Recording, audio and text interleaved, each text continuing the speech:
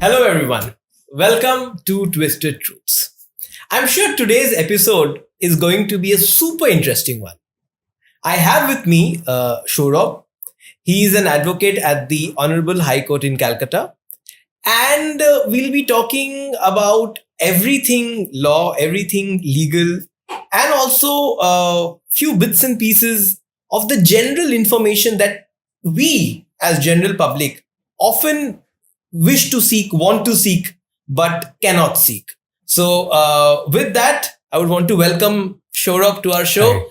Hi, Sourav. How are you and how are you feeling? And we are meeting after a long time. Oh, yes. It's a wonderful feeling. I thank you for calling me to this interview or a conversation. Let's put it that way. Thank you very much. It's very good to see you after a long time. I'm doing fine. Thank you. So let's get talking. It's always good to, meet your old college batchmates, buddies, and all of that. And absolutely. It brings back a lot of memories. Absolutely. Of our wonderful college days. It's right next door. Yeah. From the place where we are shooting. My first question and this is due to our college influence. And I remember you studying BCom. Yes. And you were also a very involved musician back in college. Yes. So were you very sure back then that you would be becoming an advocate, or this was something which happened by chance? I would not say by chance. It was definitely there at the back of my mind. To be very honest with you, I have always had a soft corner towards English, right? So once you are enrolled in BCom, English kind of goes out of the window. Right. At least there's no, how should I put it? It takes a backseat. Yeah. So it's not really the core competence area which is necessary. So I decided that why not try law? Because it still has something to do with the language. You need to read a lot. And if you go into old judgments, they are beautifully written judgments. And so that way you can remain close to the language you love. At the same time, you can venture into the field which you've taken your specialization in. Right. So my BCom subsequently now, today at this point of time, I specialize in the field of taxation and constitutional law. So tax is something which, again, I learned back in my college days. Right. So that helps. At the same time, I can still remain close to English. And, the perks of being in this profession is that you have to read a lot. Anything that you come across, you'll have to read. And the beauty of it is that you have to go in the depth of it. So these things are something which I have really been fascinated by. And like you mentioned, my tryst with music. Yes. So I would say that Indian classical music and me being a student of this great form of art, that has also influenced or helped me in my profession. Because how do you say that? Because it develops a lot of patience. I have a funny story to share, if you allow me to. Please. When I was in school, I picked up sitar at the age of 11, 12 maybe. And before you continue the story, when you say picked up, was it something that it came naturally to you, or did your parents tell you sitar is the thing which I come from a family which has been very entrenched with, deeply intrinsically associated with music. Although we don't have professional musicians in the family, but music is something which is very close to all of us. Right.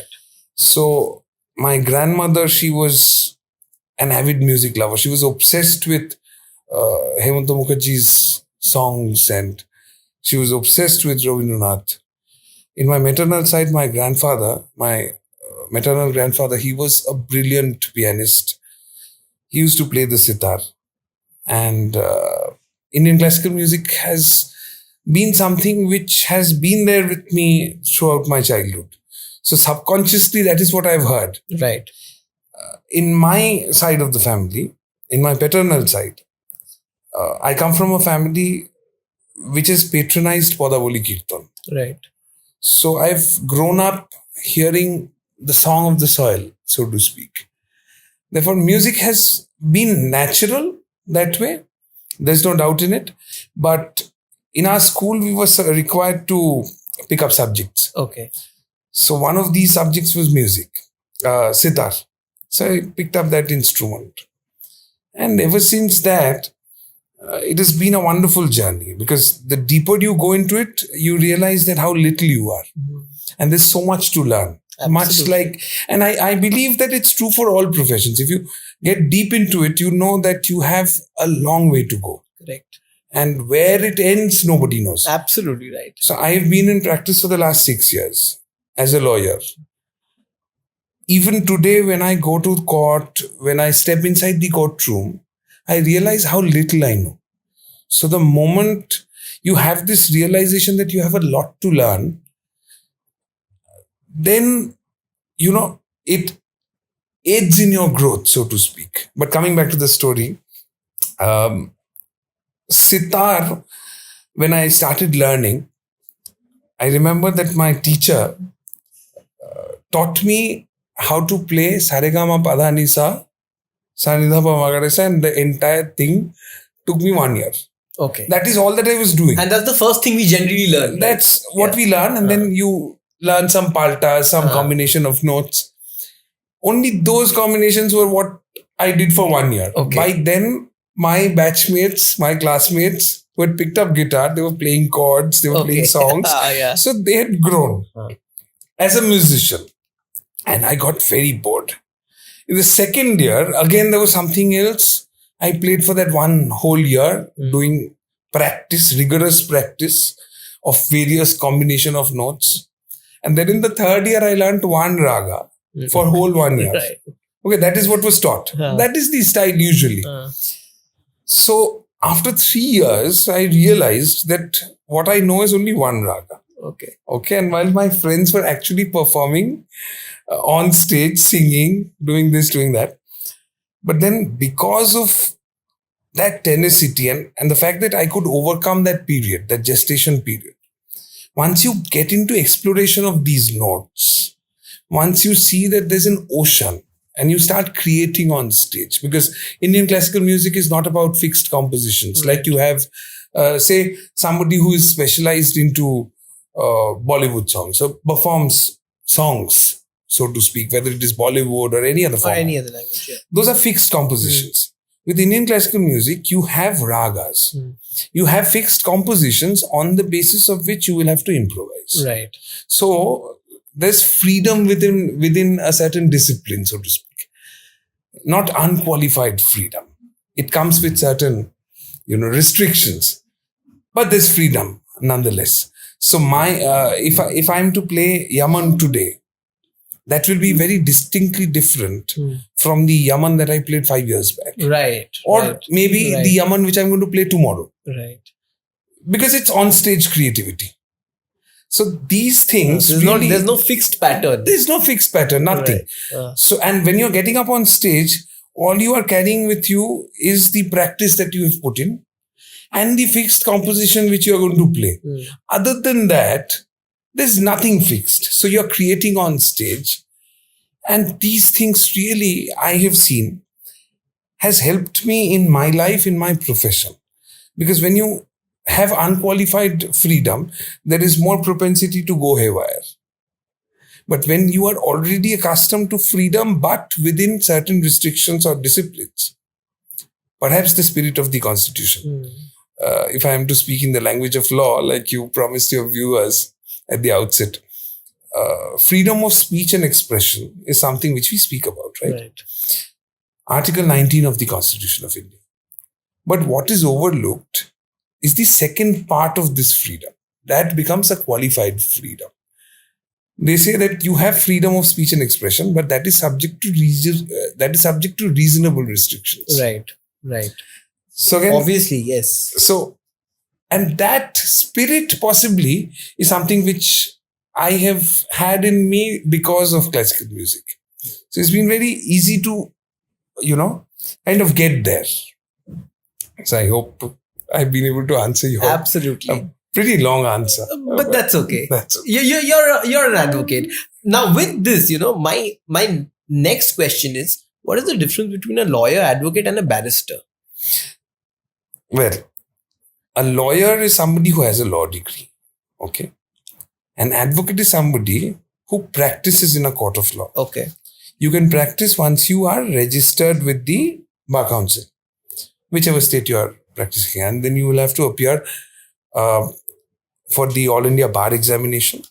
This rule has recently come in. So this is after a specific date. So once you qualify in that examination, you will be given a COP and you are eligible to practice.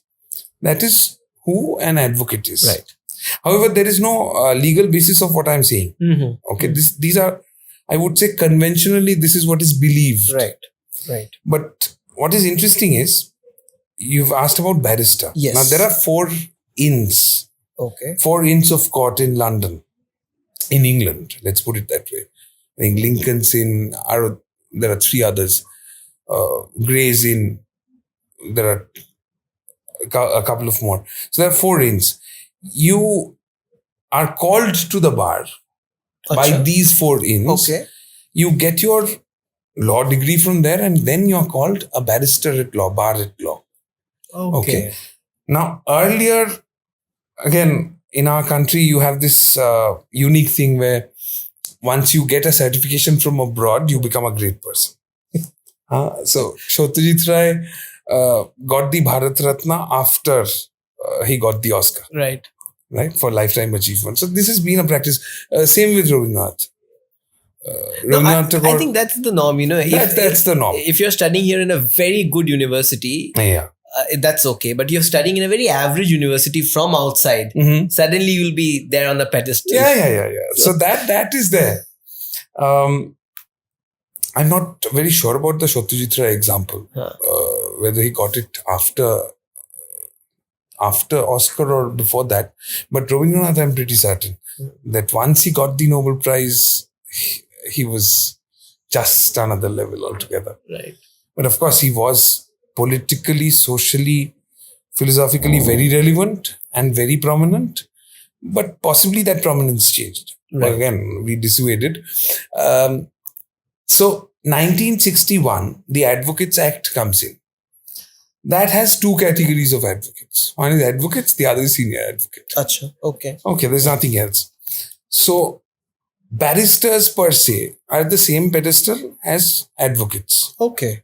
Achha. There's no difference. So somebody who has got his degree from these 4 inns and they've been called to the bar, right, they are barristers. Right. Now, senior advocate is something which is very interesting in our profession. Before I joined the profession, and as you know that I have nobody who's a lawyer in my family. Right. There's nobody. I'm a first generation lawyer. So many things I learned which I wasn't aware of. So senior advocate is somebody who is designated by a High Court or the Supreme Court. Okay. Seniority doesn't come with age, so to speak, or a few strands of grey hair. Right. Doesn't make you a senior advocate. Yes, you may be a senior professional. That's true. But the designation. But the designation is something which is conferred upon you, which is given to you by a High Court or by the Supreme Court. There are laid down procedures for it. But only when you have that designation, you can be called a senior advocate. Right. So I think these are loose terms which people are unaware of. So, but broadly, if I have to summarize, then advocate and barrister more or less on the same thing. Just that a barrister writes bar at law after his name. Okay. And we can't do that. Right. So if I am a lawyer practicing at the High Court, I would state my name as Sourav Chunder, advocate, the Hon'ble High Court at Calcutta. Right. But somebody who's a barrister, say his name is XYZ, this would be followed by bar at law. Okay. And then you put in your principal area of practice or court of practice. That's how it is. And we often hear in the media, that these are the lakh number of cases that are pending in the High Court, in the Supreme Court, in the lower courts. Correct. Tariq pe tariq. Tariq pe tariq and all of that. So, how true is that? It is true. Unfortunately, it is very true. But, the misconception is that you blame lawyers or judges for it. Correct. That's the misconception. Yes. Obviously, we'll do that. From the outside, that is what it seems. Yeah. But the system is overworked. And there are so many vacancies that I can't begin to tell you. In these high courts, there's a certain sanctioned strength. Right. On a good day, you only have 50% judges. On a good day. On a good day. So at this point of time, I think we have 42 or 44 judges in the Calcutta High Court. The sanctioned strength is 72.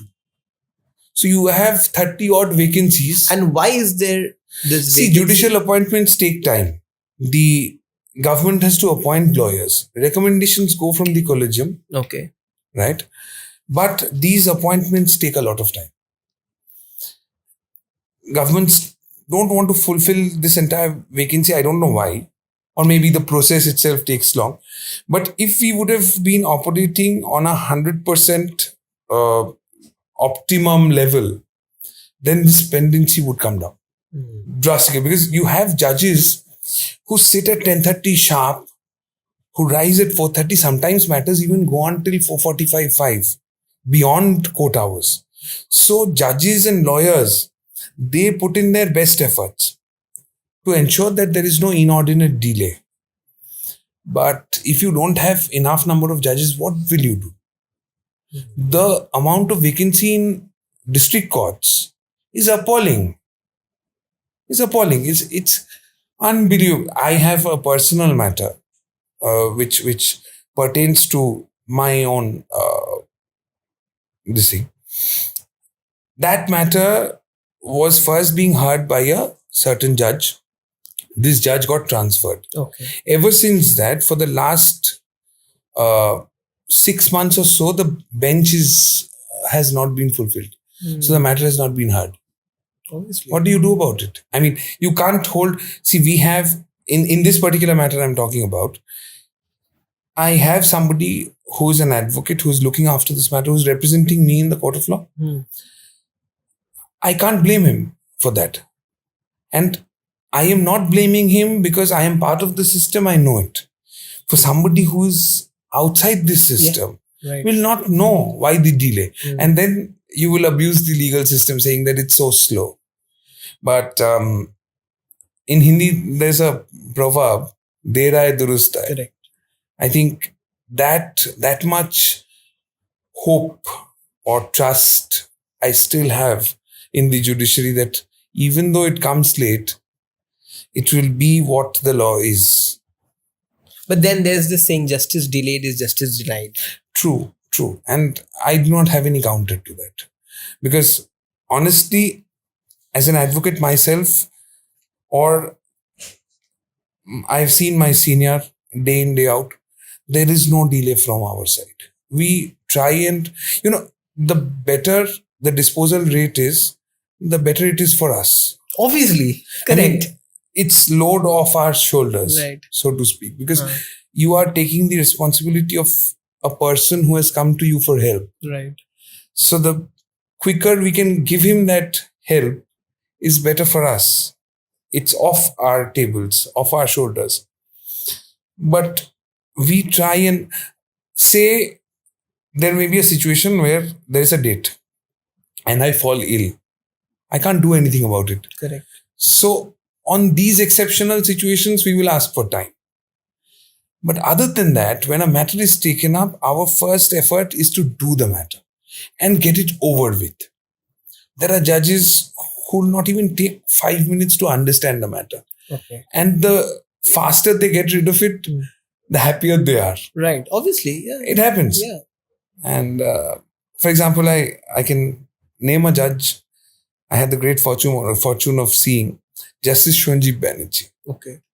He would dispose of matters so fast. You would just hear them. No nonsense judge. He would hear you. He's convinced, he's not convinced, he'll dispose of the matter. Done. So that's how it is. So what do you think is the only solution, like apart from fulfilling the vacant spots? Is there any solution otherwise, or this is like the only solution? Increase the number of judges. Increase the number of judges, and trust me, if we have adequate judges in the system, this pendency will go down. Right. And one effort which all of us do take, and we must consciously take that effort, is that we should not be wasting the time of the court. Right? So, and how does one, adhere to that? By not seeking unnecessary adjournments. Okay. Or say, see, at times what happens is we do not file matters on time. We file, a client has come to me, they've asked me to file a matter. I unnecessarily delayed the whole thing. And then I file it with a Section 5 application, a condonation of delay application. And I file it before the court. So by default, there is a 6-month delay.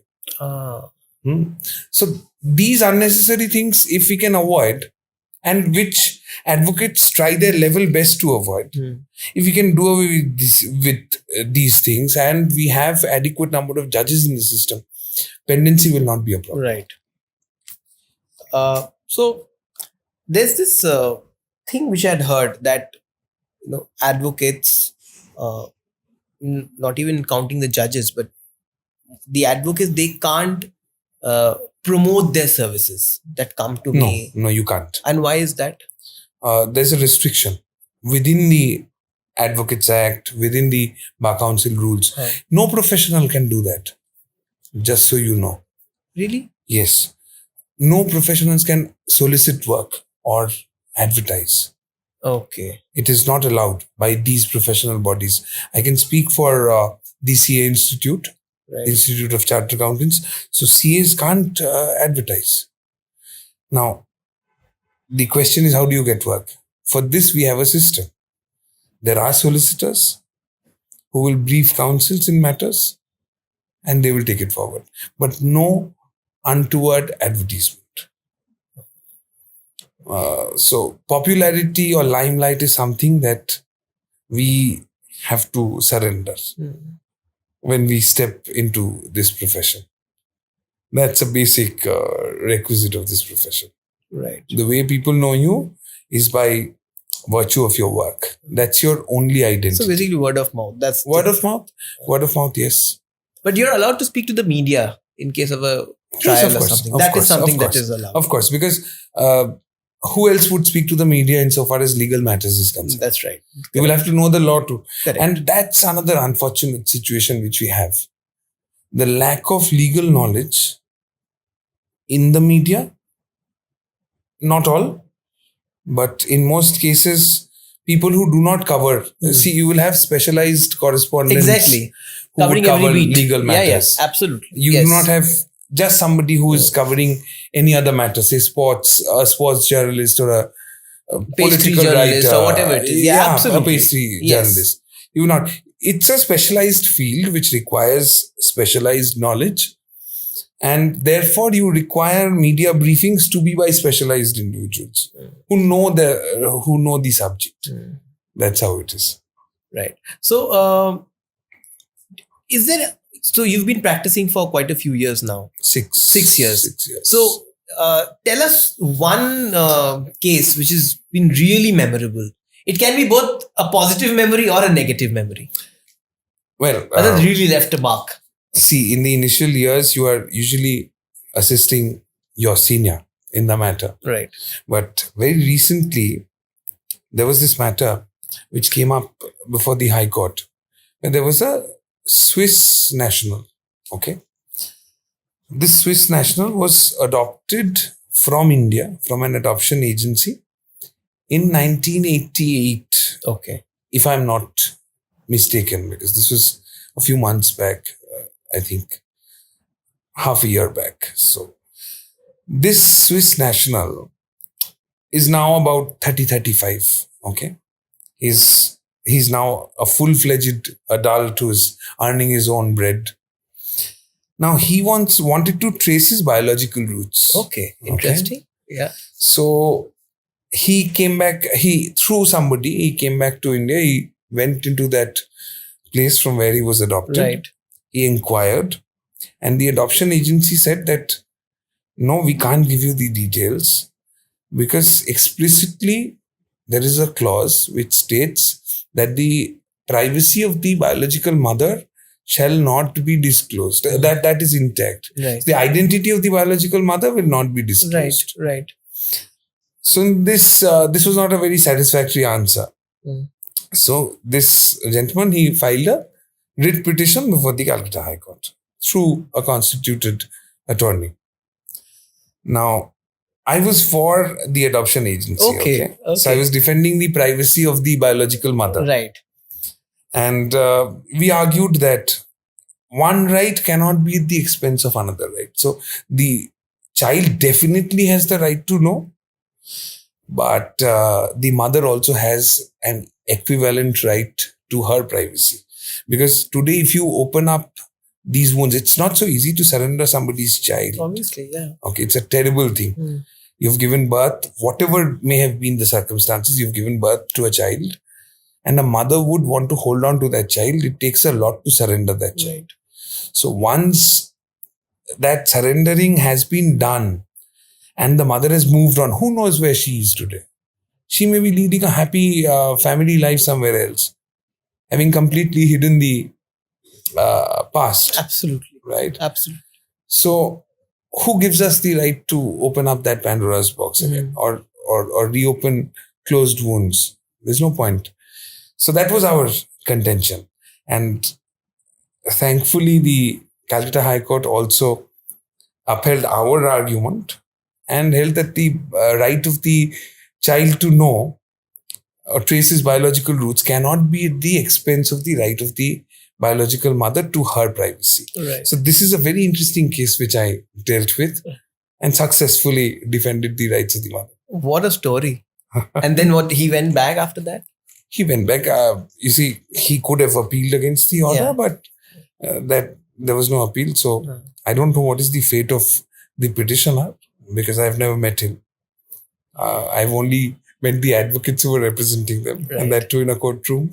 So I don't know what is the fate, but then this was a landmark judgment. It has been reported in several legal journals. Right. It's a very interesting case. And what is the atmosphere of a courtroom? Is it similar to what we see in movies, or is it no, completely different from? Completely different, but for us who love this profession, for us it's a temple. So the moment you step into the courtroom, you feel, particularly if you're a practitioner at the Calcutta High Court, I must tell you that it's a very daunting prospect. Why so?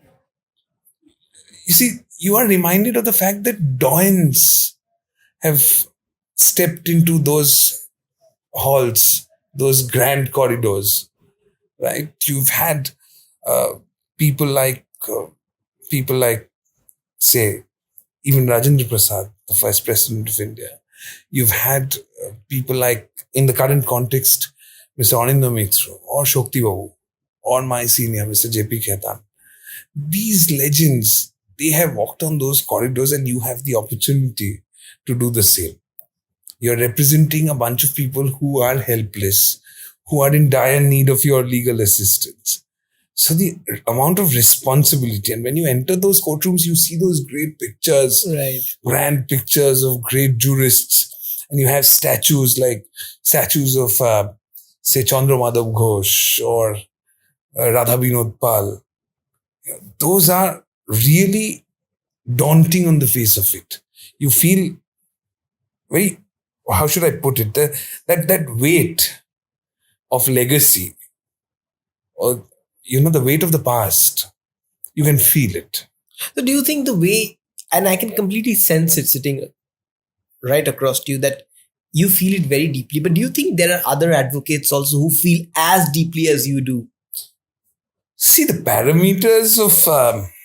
I know it's difficult to judge, but the parameters of these feelings cannot be really judged, and it may vary from person to person.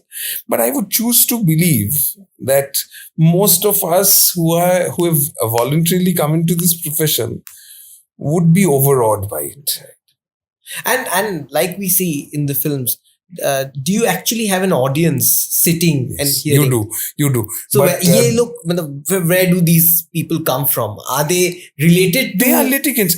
They are the ones who are the parties to these matters. Ah, Usually, you don't okay. have somebody going into a courtroom like a cricket match. Like That for doesn't example, happen. today I want to see a case. I can't just walk in and sit there. You can Okay. walk in and sit there, but nobody would In want general, it does to. not happen. It Yeah. doesn't happen that way. But you have petitioners who go there, they watch their own proceedings, they see how their fate is being decided. Right. You have right. law students, All right. interns who Right. are interning with some advocate or Right. students of law who want to see how courts work. They are present. You have the clerks of the advocates who are. So people connected with law are the ones, but it's public. Right. Anybody can go into a courtroom and watch proceedings, but unlike a cricket match, you will not have that situation. Right. And if I have to ask you that maybe one Hindi film which has more or less shown the court proceedings kind of correctly, may not be 100%, but the closest. None. Not even Pink. None. That's not how it happens. It's never theatrical. It's never like that. Lawyers argue on legal points. Okay. I would say there's this recent series which I've been watching. Mamla Legal Hai. Acha, huh? Yeah. So it kind of shows. Really? But that was a satire? It is. That kind of shows the reality. Kind of. Acha.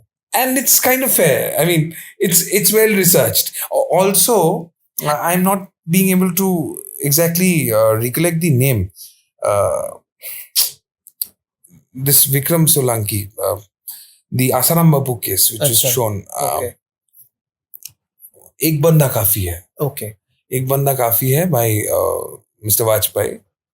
What's his? Manoj Vajpayee. Manoj Vajpayee. Outstanding as a legal movie or a series. I think it was a series. I think it was a series, yeah. I'm not too sure either. I'm forgetting because I watched it quite some time back. Manoj Vajpayee's portrayal of Vikram Solanki, the protagonist in this, was outstanding. I think that was a very well researched film, and it shows legal proceedings as they are. Okay.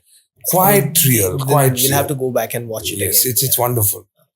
And life in India as a lawyer is not like Suits. It's not. It's not. Trust me, it's not. There's no Harvey Specter or Mike for that matter. It doesn't happen that way. Right. So coming to Mamla Legal, so our district courts or our sessions court, are they actually very close to what they showed? Because that is based out of Patparganj in Delhi. So there monkeys aa jate hain, and then those are theatrical representations. But I would be inclined to believe that these things don't happen. But district courts, the situation is, I would say, it's overburdened, overworked, and it's a struggle. It's a struggle to be a practitioner there because the fee that you can charge is much lower. Right. So I often wonder how people make a living, and then there are lawyers who are doing very well. Right. Brilliantly well. So this profession is often associated with one of the most highest paying it's not. Profession. Is it true? Not. The reality is very different. You are looking at the likes of Mr. Sibal or Dr. Abhishek Manu Singhvi or Mr. Ravi Shankar Prasad. See, I am naming 3 lawyers. Imagine how many lawyers get into the system every year. So if I have to ask you, like, say a lawyer who's in the lowest rung in terms of earning, what would they earn every month versus someone who's at the top of their game? Just a ballpark. I know you cannot be accurate in this. See, I would say somewhere between 20,000-25,000 is what they earn. That's the lowest. That's the lowest. Or lowest is, it can go below 15,000 or even 10,000 for that matter. Oh, wow. Absolutely in the initial years. It can happen that way. Right. If not nothing. Okay. That's also a probability. That's a probability. Definitely. You do not expect clients to come to you on day one. Right. What do you do? So, you have to have some kind of support if you want to be in the field of litigation. Right. But if you want to go in for jobs, 10, 15,000, 20,000. So I'll put a range between, say, 10,000 and 25,000. I am aware of full-fledged lawyers getting 5,000, 6,000 rupees a month. I am aware of this. That's the stipend or salary? Yes. That's how shocking it is. I am aware of this. And it's a sad situation. But when you are looking at the top, there's no limit. There are lawyers who are charging 5 lakh rupees per appearance. Wow. There are lawyers who are charging 15 lakh rupees per appearance. So that happens. And some would say that maybe it's too much of money. I would argue no. They have gone through these struggles. Absolutely. And therefore they're entitled to. And I've had the privilege of assisting or being a part of matters where such seniors exist in that matter. I'm not naming them, and I have come to the conclusion that they deserve every penny. It's not a matter of joke to be where they are. So we are always looking up to these people. So that's... not recently, I think PETA India, they often have their say on this, about animal rights in India. They say, even I personally feel, that the animal rights are very draconian in terms of, I'm not saying the wild animals. Say, for example, today if you kill a dog, you are supposed to pay a 50 rupees fine and you come out. I think that has been revised to something, yes. But has it been revised? And if yes, then... It's up to the discretion of the courts, actually. And see, I am not an expert to answer this question because that's not my area of practice at all. I know that, yeah. So it would be unwise for me to comment on these issues. But I can tell you that the IPC, which we have, or the CRPC, or most of these laws are legislations which have been passed in the British era. Correct. Yes. That is precisely why you still have sedition provisions. Right. So the laws are amended. They change with time. Some provisions change. Some have remained as they were. And that is where the discrepancy arises. So beyond this, I'm not qualified to speak because this is per se not my area of practice. So that's how it is. And a funny thing, so we've often heard ki ye 420 hai. We've watched Chachi 420. A lot of us have watched it. So I think many people don't know the origin of 420. IPC, IPC section 420. So it's a section on cheating. And that's from where this duplicity of character comes in. And that's why you're called your 420 or that's from where it comes. But I'm sure not many people actually knew that it came from IPC 420. So. Right. So it's actually a section which exists. But then, interestingly, some parliamentarian in the floor of the House, while talking about the new criminal laws, the BNS, the BNSS, and the Evidence Act, which is coming in, the Sakshya Adhiniyam is what they're calling it. Yeah. Yes. So yes, I read that somewhere. Yeah. So these laws will replace your 420. Oh, sad. We can't remember that anymore. It'll not be there anymore. So I have 3-4 situations. Okay. This is for the general public. Right. So suppose an unmarried couple and they are making out or they're having sex in a hotel. Okay. And cops barge in. Okay. Unmarried. Unmarried, yeah. Okay. And cops barge in Okay. and they want to fine them or arrest them. Is it possible? No, they can't. Because they are in private. They are two consenting adults. Hotels, if I'm not mistaken, they are required to have valid government IDs Yeah. when you check in. So they've complied with the law. Okay. What they are doing inside the hotel room is their private life. So there's nothing that a policeman can do about it. Right. Yet we have situations where moral policing comes in. These people, they threaten to call up the parents and all of that. Yeah. So this is unlawful. And the police authorities do not have the right to do so. Unless, of course, they have good reason to believe that there's some terrorist activity going on, or there's some criminal element to the entire thing. Right. Other than that, the police cannot do anything about it. Right. Second situation would be if, again, an unmarried couple, they are making out in the car or they're kissing in the car, for example. If it's in a public place, then that's a problem.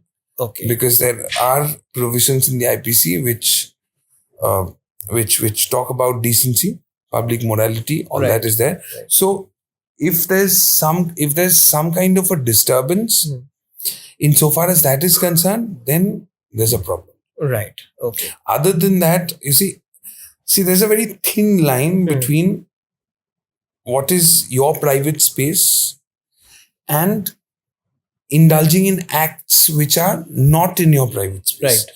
The moment you step beyond these realms, there's a problem. Right. And do you think, because as you said, it's a very, very thin line. And but a clear line. Right. So who decides this? As in the Constitution of course, India. I understand, but at that point of time, when there's the couple and there's the police, it's an unfortunate situation.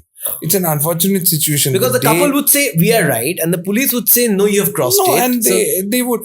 That's the unfortunate part, right, of this entire system, right, where the people who are seen to be the enforcement authorities, they go beyond what is their jurisdiction. Right. Imagine if somebody is just strong enough to stand up and is heckled by the police, harassed by the police, and this person has the gall to just go to the court. Imagine what will happen to the policeman. Right. Because the act of the policeman in this particular situation which you are talking about is absolutely unlawful and unconstitutional. So there cannot be any justification whatsoever which will justify the excesses which have been committed by the police. An overreach of sorts. Right. So these are things, and again, all this will be very easily solved if we have a high legal literacy. Right. It's very important. Yeah. It's very important. And I think the foundation of that should be done in school, right? Absolutely. This has been, maybe what I'm about to say is controversial, but law must be a subject just like physics or chemistry or history. Elementary law must be taught in schools. I totally agree. Because if a child is taught that, this particular act is a crime, that fear of the law will be instilled from the very beginning. And the law will compel me not to act in a way which is unlawful. Correct. Or illegal. I'm not saying that you scare people with the law. But just till such point of time, your emotional maturity comes in. Till such point of time, you must have law as a deterrent. Right. So that this country is a different place to live in. I mean, if you spit on the road, it's an offense. How many people know it? Very few. So if you actually inculcate that in schools, somebody who would love to spit on the road or who would have otherwise spat on the road, he will think that, okay, the law bars me from doing it. consciously will know that this is unlawful. This is an illegal act which I am indulging in. That's right. So that mental deterrent will be preset. So that is very important. What is the one thing that you love about your job and one thing that you really hate? There's nothing I hate about my job. Then what do you love the most? Maybe, yes, actually coming to, thinking about it, yes, there's one thing which I would want to see change. But what I love about it is it's an emotion for me. So I can't attribute one particular thing which I love about the profession. Every time in the morning when I get up and put on my gown and I walk into the High Court, it makes me feel very empowered. At the same time, I feel extremely humble and overawed by what I'm doing, because in a way, I feel that people who are in dire straits, they will come to me for advice, for taking up their matter before a judge.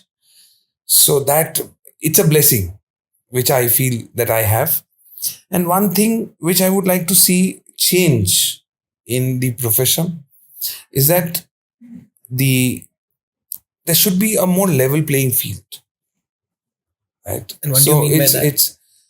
It's very difficult for somebody who's not coming from a legal background to make it big in this profession. Of course, there are many people. You take the example of my senior, Mr. J.P. Khaitan. He has done brilliantly for himself. And that way, I don't think his father was a lawyer. You have many other examples who are first generation advocates who made it big. But then as a first generation advocate myself, I have seen that, it's a bit more difficult. But again, the silver lining in all this is that if you are good with what you do, if you are confident about your work, then this can be overcome. Right? But then if that level playing field is created or something is done about it, then I think it will be something which will be very good for the profession. And what would your advice be to anybody who's aspiring to be a lawyer? Think very carefully before coming into the profession. Because once you do, it's a very different profession to be in, right? So a doctor, if he goes wrong, he may kill a patient, right? And if a lawyer goes wrong, the entire functioning of a country collapses. Because you are somebody who is interpreting the law. If you suddenly start doing unethical things, right? Or you stop speaking up, you stop fighting for the rights of the people, or for that matter, our profession requires a lot of in-depth study. These days we have a lot of fake news which is peddled, a lot of misinformation doing rounds in WhatsApp. If a lawyer is required to believe in these things, then that's a problem. A lawyer has to go into the root of the problem. So it's a very different ball game to be somebody who's associated with the field of law, because it requires in-depth analysis of everything that you see. Superficial perusal of any information is something which, as a matter of habit, you have to do away with. Therefore, think 5 times before coming into the profession, but once you come into it, put in your best. So you have to be absolutely honest with the profession, and the profession will take care of you. That's what I think is what should be followed by law aspirants. One thing which I always wanted to ask, always used to think, and I think you would be the right person to help me clear my head. So when there's a case, there's always the right side and the wrong side, or maybe, or you will correct me. Or there may be one who's right and wrong, one who's maybe correct. And this is completely from a layman's point of view. So please do correct me if I'm wrong. So Now, and there are two advocates. So I'm sure the advocate who's defending the wrong person, I'm just putting it in a very loosely. Yeah. So how do they convince themselves to fight for that person and also being true to themselves? Yeah. Very multi-layered question. Yeah. This will take some time. Absolutely. Okay. The first phrasing of your question, you've used a word called right or wrong, and you have used a word called wrong. If I stretch it a bit further, you can take it to morality and immorality. Correct? Yes, absolutely. When you are a practicing lawyer who's going into a court of law, there is nothing called right or wrong. There is nothing called moral or immoral. Okay. What exists is legal or illegal. Okay. Say you have a matter. Now, this profession is such, or your question is such, that you cannot categorize it into black or white. You can't. You can't. Now, what is immoral may not be legal. Absolutely, yes. Right? Correct. And what may be on the face of it moral may not be legal. Correct. Totally agreed.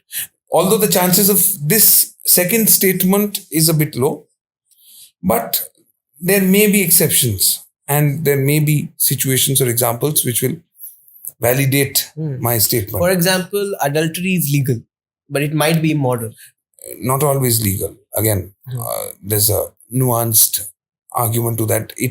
Adultery may be a ground for separation, or again, it's layered. It's not that simple, layered, right? And people who specialize in marital law will be more equipped to answer this question. Right. So I will not get into that. But the large point which I am trying to make is legality and illegality. When it comes, that is what you are fighting for. Right. Okay. Now, I may have a situation, and I'm going to give you an example of, say, a taxation matter. Okay. Say, I know that my client has not really followed the spirit of the law. Correct. Or the letter of the law. Right. Maybe some problems. In that event, or they have come to me for advice, seeking my advice as to what is to be done in that particular situation.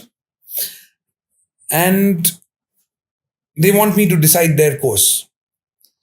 If I see that on facts and on law, they do not have a good case, it is my ethical self that has to stand up and say that you're going to lose this matter. You cannot take this further because you're going to lose. Because what we practicing lawyers are, we are officers of the court. Okay. So our first duty is towards the law. Our first duty is towards the court. So if I see that inherently there is some problem, it is my duty to point out either before the court of law or before my client that you do not have a case. So I am not willing to take this forward. And we do that.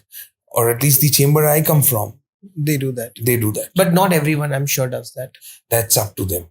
That's really not my place. No, but what is your take on it? My take is I'm absolutely clear on this. That if I see that there is something which is not as per the spirit and letter of law, and there is no legal way, and I'm choosing my words very carefully here, there's no legal way to distinguish my act from laid down law, then I am very clear that this is against me and I'm not moving forward. And what if your client convinces you, requests you, please Dada, please take this. Then I'll take it up and I'll try and argue to the extent possible that this matter is distinct from laid down precedents. I'll try and say, but then I am not going to take a chance on my goodwill and mislead the court. Exactly. I'm not going to do that. Because as a profession, yes, you will do that. you would want to. You've been See, for requested. me, I'll tell you, I'm sorry to interrupt.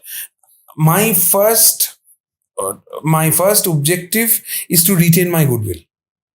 Exactly. So if I start misleading the court, I am failing in my duty as an officer of the court. Right. So my duty is not towards anybody else but the law. Right. The law takes precedence over anything else. Right. So if you are from the media, you're somebody who's intrinsically connected with this world, you would recollect that there is a beautiful series on Netflix. It has polarized opinions, of course, but it's a very engaging one. The Crown. Right.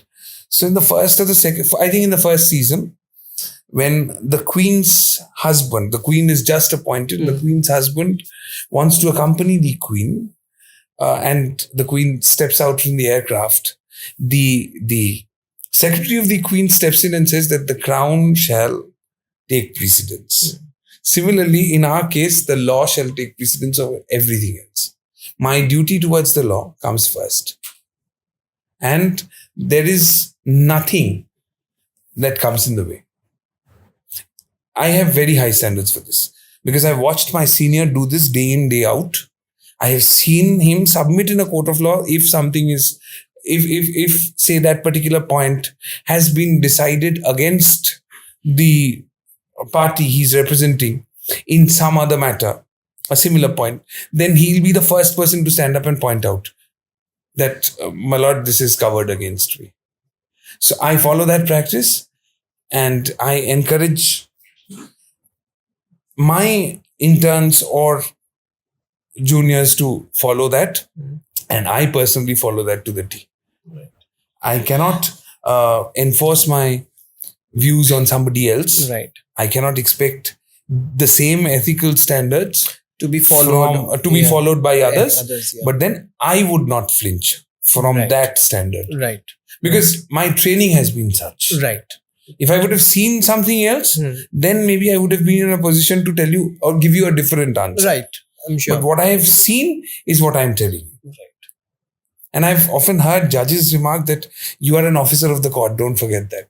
So in the course of hearing, I've heard this. And there's a wonderful saying in our court jargon or in the courtrooms that, and I've heard, I was talking about Justice Shonji Banerjee. He used to say in court that justice should not just be done. It has to be seen to be done. So these are very high standards of morality that we set for ourselves. And that is where morality comes in perhaps. But not when you are adjudicating on a case. Right. May seem contradictory on the face of it, but it is not. When you think deeply, you will realize that your duty first is that of an officer of the court and nothing else. And I can only hope that most lawyers think like you, because this is how it should be thought of. But I think personally, it's a very subjective issue. It varies from, and it also depends on a lot of factors. I'll give you a cricketing analogy, okay, for this. And since I'm obsessed with these disciplines like many other Indians, you see Sachin Tendulkar or Adam Gilchrist, they would walk. I know. Yes. Right? Yeah. But then imagine a cricketer who's just making his debut in a particular match. He knows that if I don't score well, I'll be dropped in the next game. What does he do? That's an ethical dilemma. That only the circumstances or the risk-taking ability of that person will decide or will determine.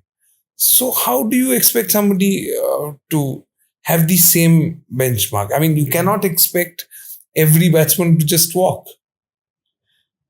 And now with the DRS and all that, people have to walk. Otherwise, but still people don't walk. So And again, there is another side to this argument also, that it's the job of the umpire to declare me out. So that's what it is. So before we end today's podcast, on a lighter note, have you ever witnessed something or someone like Sunny Deol who's gone up to say तारीख पे तारीख मिलती रही milord बस इंसाफ नहीं मिला in front of you. Every day. ऐसा होता रहता है. हाँ. किसी ने सनी पाजी का डायलॉग यूज किया? No. That happened. Okay. Maybe in jest, somebody may have, but I am not aware. I have not seen it. You asked me earlier that what is it like, right? So whether it is very close to what is shown on films or cinema, I would say that it's a much better space in the actual scenario. Right. Because that kind of drama, that kind of fighting doesn't happen. Right. So people say my other side. Okay. Do you hate your other side? No, never. You don't? We are great friends. It's always like that. Is that an honest answer? Absolutely. Brutally honest. Okay. I cannot be more honest than this. Because I was coming to that. I'll give you an example. We may fight tooth and nail inside the courtroom. We may go after each other. We may be very harsh in our submissions. But the moment I step outside the courtroom, we will go and have tea together. With no animosity. Nothing. You see, that is where you have to segregate your personal feelings from your professional ones. This is my profession. I have to fight for my client. Imagine my situation. The person I'm arguing with, we are great friends. We have tea together. We have food together. There are people who I've shared my lunch with. So why should I screw up if I'm allowed to use this expression, why should I screw up my relationship with that person on account of no reason whatsoever? I mean, you can always counter argue that you're fighting a case for somebody. Isn't that conflict of interest? No, it isn't. Because if I would have failed in my job, if there would have been a compromise, if there would have been an understanding between the two, then you can raise questions. But till such point of time, I am adhering to my professional practice, ethical standards, all that. There's no problem. Why should I fight with a friend of mine because he's just giving a different interpretation of the law? So awesome. Law is very subjective. It's all about interpretation. Like I said, that there's nothing called right or wrong. And now what is legal and what is illegal is a question that only the judge can answer based on your arguments and submissions. Right. So it's a multi-layered, checkered profession to be in. And it takes a real mental toll to be in such a complicated environment. And how do you detach yourself from it when you're back home? Ideally, you should not detach yourself from it. You should thrive in it. You should enjoy it. The moment you stop enjoying it, choose something else to do. Because if you don't get up in the morning and look forward to going to court and arguing, fighting for the people, then there's no point. And there is a lot of stress. There are a lot of adjustments which are needed from your family, because there's nothing called a personal life. Exactly. I was just about to come to that. Or a Suppose social you've gone life. for a family dinner. Are you thinking about your cases that are happening? We try and compartmentalize, but it's not always so easy. It's easier said than done. Let's put it that way. And a lot of adjustment needs to be made by the family members, because it's a 24/7 job. I'll be very honest. Few days back, a very prominent economist made a statement that judges take holidays. This legal profession goes off twice a year on holidays. So we start our day at 10:30 in the morning. There's a break in between, a lunch break for 45 minutes. Half of the time you're studying or preparing for your next matter. So you gobble up a sandwich or two. That's your court ends at 4:30. You take an hour's break. If you are at the junior stage, you go to your senior's chamber, work there. If you are not required to go to your senior's chamber, you sit in your own chamber and work, prepare for the next day. Working hours go up till 2 a.m., 3 a.m. in the night, sometimes even 4. I was very tensed in one of my first appearances, so I did not sleep the whole night. And I went to court next day. And if you are lucky enough to get some sleep, you get up in the morning and repeat the same routine. Only on Friday evenings, you are entitled to take an off. Because in this profession, you can't delegate and you have to toil it out. You have to struggle. You have to work very hard. And if you are unwilling to do that, then this is not the right profession. So, and at the same time, you need financial support from your family in the initial years, and you need adjustment from your family members. Right. I'm very fortunate that my parents, my wife, they understand that I'm in this kind of a profession and they don't expect me to attend all social gatherings. You see, social gatherings during the day. Say in Bengal, we have Hon'ble, which happens, some relatives or child is born, there's an Hon'ble in the middle of the day. Correct. We cannot go. Say it's on a Saturday or a Sunday. Even then we can't go. Because on Monday we have court. Sunday is not. But then you have to sacrifice ilish and mutton and all of that. No, we don't. We find our own. We find At least I do. Okay. I do. You have to find out, you have to squeeze out time for yourself. In the middle, I had completely stopped exercising. I used to play tennis very regularly. I used to play cricket when I was in college. I used to swim a lot. All that went down the drains ever since I stepped into this profession, and I've bloated like anything. But then I am now again trying to squeeze out that half an hour, 1 hour for physical exercise and all that. It is a very grueling profession to be in. It's not as green as it seems from the other side. Trust you me when I'm saying this. It's a very different profession for somebody like me who was not remotely connected to the field of law. And when I came into this out of my love for English and oratory and the idealistic Sourav Chunder back then wanted to fight for the people, that ambitious, that drive, that utopian drive, if I may use that expression, that drove me into the profession. And once I came in, I realized what it takes. And it is very difficult. Do you have thoughts about leaving it? No, never.